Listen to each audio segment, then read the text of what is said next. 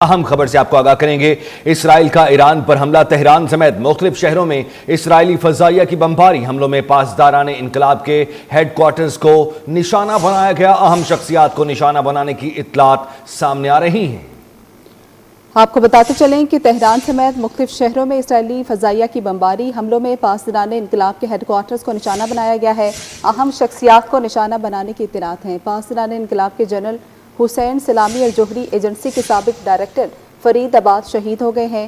آزاد university کے صدر مہدی بھی حملے میں شہید ہو گئے ہیں۔ اسرائیل کا القدس فورس کے سربراہ اسماعیل کانی اور کئی سینئر جوہری سائنسدانوں کے شہید ہونے کا دعویٰ۔ ایران کی جانب سے اسرائیل پر میزائلوں سے بھرپور جوابی حملہ، آیت اللہ خامنائی کچھ دیر میں جنگ کا باقاعدہ اعلان کریں گے۔ ایران نے بڑے پیمانے پر اسرائیل پر حملے کی تیاری کر لی ہے۔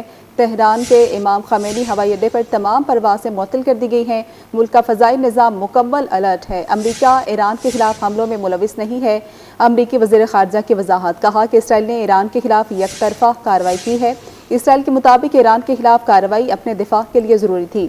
اسرائیل کے ایران پر حملے کے بعد امریکی صدر نے ہنگامی اجلاس طلب کر لیا ہے۔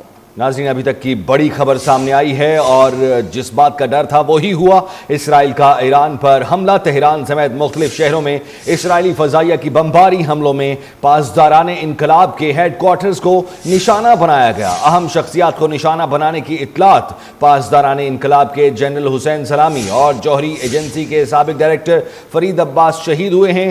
آزاد یونیورسٹی کے صدر مہدی تہرانچی بھی حملے میں شہید ہو گئے ہیں۔ اسرائیل کا القدس فورس کے سربراہ اسماعیل کانی اور کئی سینئر جوہری سائنسدانوں کے شہید ہونے کا دعویٰ۔ ایران کی جانب سے اسرائیل پر میزائلوں سے بھرپور جوابی حملہ، آیت اللہ خامنائی کچھ دیر میں جنگ کا باقاعدہ اعلان بھی کریں گے۔ ایران نے بڑے پیمانے پر اسرائیل پر حملے کی تیاری کر لی ہے۔ تہران کے امام خمینی ہوائی اڈے پر تمام پروازیں معطل کر دی گئی ہیں۔ ملک کا فضائی نظام مکمل الرٹ کر دیا گیا ہے۔ امریکہ ایران کے خلاف حملوں میں ملوث نہیں ہے۔ امریکی وزیر خارجہ کی وضاحت بھی سامنے آ چکی ہے، کہا کہ اسرائیل نے ایران کے خلاف یک طرفہ کارروائی کی۔ اسرائیل کے مطابق ایران کے خلاف کارروائی اپنے دفاع کے لیے ضروری تھی۔ اسرائیل کے ایران پر حملے کے بعد امریکی صدر نے ہنگامی اجلاس بھی طلب کر لیا ہے۔ اپنے ناظرین کو یہ بھی بتاتے چلیں کہ حملے سے قبل ایران کی جانب سے واضح طور پر کہا گیا تھا اگر ایران پر حملہ ہوتا ہے تو پھر ایران جتنے بھی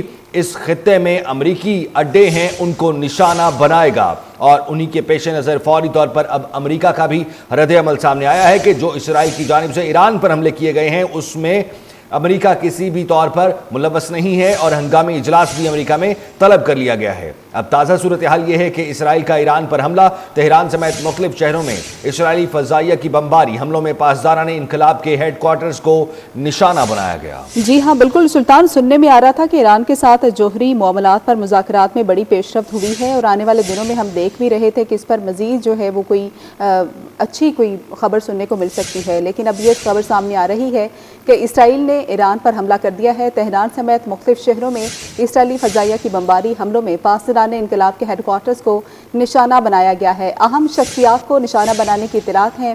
پاسداران انقلاب کے جنرل حسین سلامی اور جوہری ایجنسی کے سابق ڈائریکٹر فرید عباس شہید ہو گئے ہیں۔ آزاد یونیورسٹی کے صدر مہدی تہرانچی بھی حملے میں شہید ہو گئے ہیں۔ اسرائیل کا القدس فورس کے سربراہ اسماعیل کانی اور کئی سینئر جوہری سائنسدانوں کے شہید ہونے کا دعویٰ۔